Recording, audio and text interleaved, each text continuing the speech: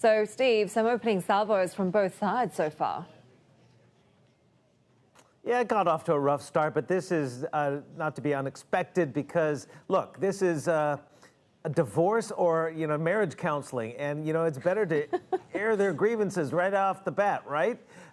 Because that's what this meeting is all about. I mean, a lot has happened in the year plus since the two sides have met face to face. I mean, we've had the pandemic and blame game going around. We've had the crackdowns on Hong Kong. We've had the re-election of the independence-minded leadership in Taiwan of Tsai Ing-wen. We've had lots of, by the way, there was also a change in administration in the United States. Yeah, so there's been a lot of bad blood building up. So this is a chance for the two sides to vent, to air their grievances. And you know what? Antony Blinken, the Secretary of State of the United States, this is how he started his comments to the Chinese side. We'll also discuss our deep concerns with actions by China, including in Xinjiang, Hong Kong, Taiwan, cyber attacks on the United States, economic coercion toward our allies. Each of these actions threaten the rules-based order that maintains global stability. That's why they're not merely internal matters and why we feel an obligation to raise these issues here today. Well, the top guy on the Chinese side is Yang Jiechi. He is the state counselor. He is kind of the right-hand man for Xi Jinping on trade matters.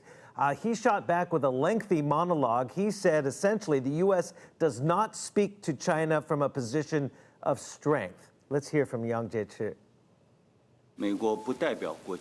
The United States itself doesn't represent international public opinion. Neither does the Western world. That was a short soundbite, but the monologue was long, where he talked about how Antony Blinken's comments were somewhat condescending, and he said the United States cannot talk about their own version of democracy and human rights when they have their own racial issues domestically in the United States. So as you can see, it was an airing of grievances, dirty laundry. Now the issue is, will they go behind closed doors and get to real negotiations? And that's where things get tricky, right? I mean, you already see pretty tough positioning from both sides. So at this point, what would you set as benchmarks for success or failure? Is the bar really low at this point?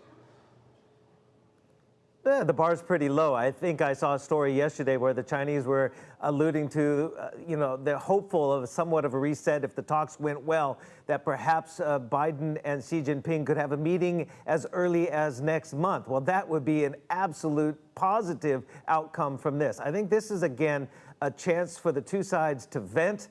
And behind the scenes, as long as they don't walk out on each other and air their grievances, somewhat politely, there's going to be 3 formal negotiating sessions between today and tomorrow in Anchorage. And we'll have to see coming out of that. But again, keep in mind, these comments that I just played were really intended for their domestic audiences. That's why we have sound bites.